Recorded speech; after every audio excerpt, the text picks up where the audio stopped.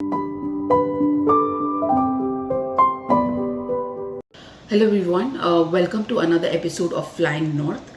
In this episode, I will be talking to you about one of the most spoken about topics in Canada, and that is houses. When you come as a newly landed immigrant from your home country, you have various milestones to achieve. One major thing is finding yourself that job as soon as possible. The second one would probably be either buying your car or leasing your car. Then finally, once you've done all that and you've more or less settled down, your next milestone would be to go ahead and buy that dream house in Canada, what everybody speaks about.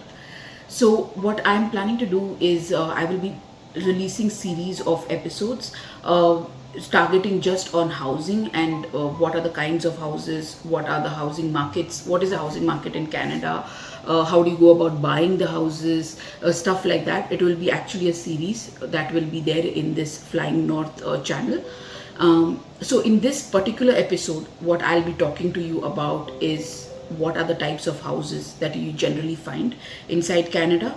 I won't focus on how to go about buying it, how to apply for a loan. Those won't be covered. It's just that what are the types of houses that you see. Especially, you will come across many words like townhouses, stacked townhouses, detached, semi-detached, condominium, condos. So I'll actually go ahead and explain to you what are the differences between all of them and how you can determine which kind of a house suits you the best. So stay tuned. So the first type of house I will be talking to you are called as condos. They are also called as condominiums.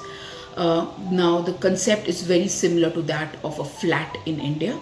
You will find these condos like they are small apartment buildings. They can range anywhere from studio apartment, or it's also called as bachelor's apartment, where you have a small room, a kitchen, and your washroom. Then you have your regular one bedroom apartment, two bedroom apartment, or even three bedroom.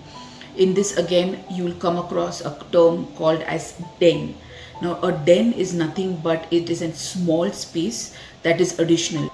So usually people convert the den into a small office room, or it is like a small space where you can probably store your things and you or use that as a recreational room. But it's not an entire room as a bedroom, but a small semi-storage space kind of a thing. In condos also, you will find that these condos are found in different types of buildings. So you have low-rise buildings which are very popular in a small town area. So if you drive outside of Toronto by 2 or 3 hours, you will find these low-rise buildings existing over there. There is another style called as mid-rise, which ranges from 4-story to 7 stories. And then finally, there are called high-rise buildings, which you find a lot inside downtown Toronto, which are quite popular inside downtown Toronto. So now in these condos, you will find that there is a monthly maintenance fees that you have to pay to the building management. So these monthly maintenance fees can range anywhere from $200 to all the way up to $900. This is based on various factors like how old is your building. If your building is relatively new, your monthly fees can be just $200 and $300. But as your building keeps getting older, your maintenance fees keeps going up. The second factor, what your maintenance fees also depends upon, are the kind of facilities that are provided inside your building. Do you have a swimming pool? Do you have a barbecue section? Do you have a gym? There are certain condominiums, especially in downtown Toronto, that provide security. There's 24-hour security that's provided for you. So all these people, there's a salary associated to these people. That is where your maintenance fees comes into picture, because that a part of your maintenance fees goes into the salaries of the building management. The next type of houses we'll talk about is townhouses. Now this is becoming very, very popular, especially among the first time home buyers. Now in townhouses itself, there's a huge variety of them. So one type of townhouses that you can see is a 3-story or a 2-story townhouse. The second type of, so usually in these townhouses, you have a single car parking availability and you will have neighbors on both the end of your unit. If you have an end unit in these row of townhouses, your the price of that end unit will be a little bit higher than the center one, mainly because you are one side of your building, one side of your townhouse does not have any neighbor, so you are paying for that premium of not having to share one additional wall with somebody else. The second type of townhouses are called as back-to-back townhouses. These are also becoming very popular, mainly because from a builder point of view, he is able to optimize the space that is available to him and build much more townhouses. In these kind of townhouses, you basically have neighbors on all the three. You will basically have neighbors on three sides. That is, you'll have two neighbors with whom you are having a common wall, and then the back side of your townhouse is also shared with another person. Okay, so that's called as back-to-back townhouses. Then there is a third type which is called as stacked townhouses. Now these townhouses are basically a combination of condos and townhouses. In this, what happens is that in a condo, you have a common entrance, you have a common hallway, you either take your stairs to your room, you either take the stairs to your condo, or you'll take the lift to your condo. But in a stacked townhouses, you have your own condo, which can be either one floor or even 2 floor or 3 floor townhouse, and the entrance is separate. You are not sharing the entrance with anybody else, but all the other sides of your building, maybe the top, the back, the bottom, you are sharing it with other people. So it's basically, that's how it gets the term stacked. That means it's actually townhouses stacked over one another. Now in townhouses, again, you'll notice that there is something called as freehold townhouses and townhouses that have maintenance fees associated to them. So this is again a similar concept as you found in the condos.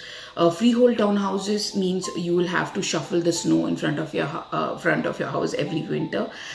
Same thing when anything is broken inside your house, or if there is any grass cutting that requires to be done, you are in charge of that. So you'll have to do that all by yourself.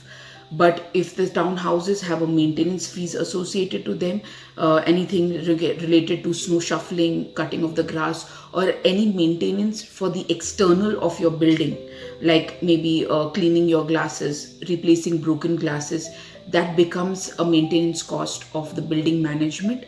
A freeholding townhouse and townhouses that have maintenance costs associated to them.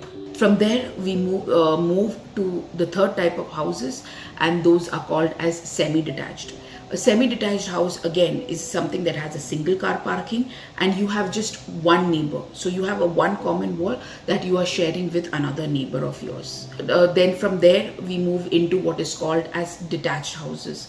Now, detached houses are something that can have either a single car parking, it can have a double car parking, and they also go up all the way up to 3 car parkings. In these, you have your own single lot, and you are not sharing you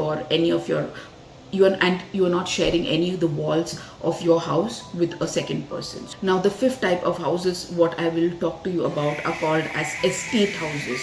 Now this is like a very premium version of houses, in which those houses are like very huge. They are almost like big mansion houses, and they have a lot of land around them, and they are much higher in the premium amount. Now the sixth type of houses that I will be talking to you about is cottages. Now what this is usually like a choice people have. These are usually houses that you see people buying as their second houses, mainly because these cottages are located in waterfront areas, and you will find people like using this as a summer or a weekend house, where they drive up all the way to the cottage. They probably have a boat and they spend the weekend on the lake.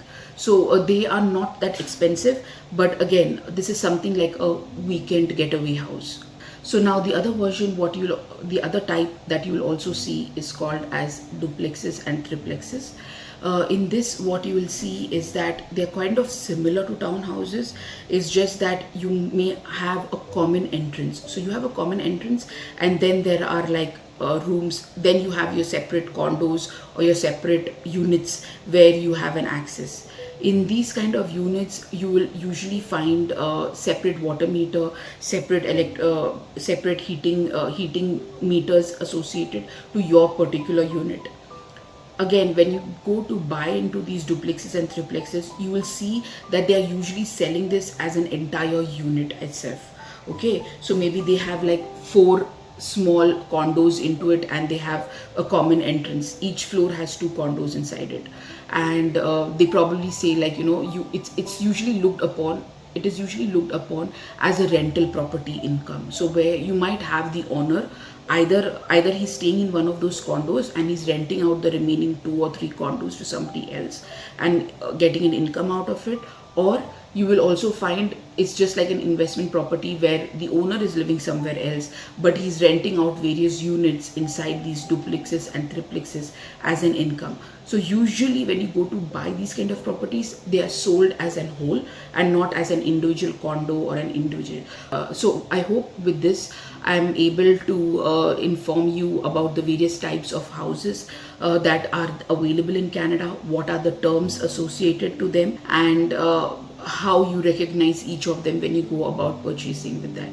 With this, I would like to conclude this episode. I will be releasing many more episodes based on housing in Canada. So stay if you like it.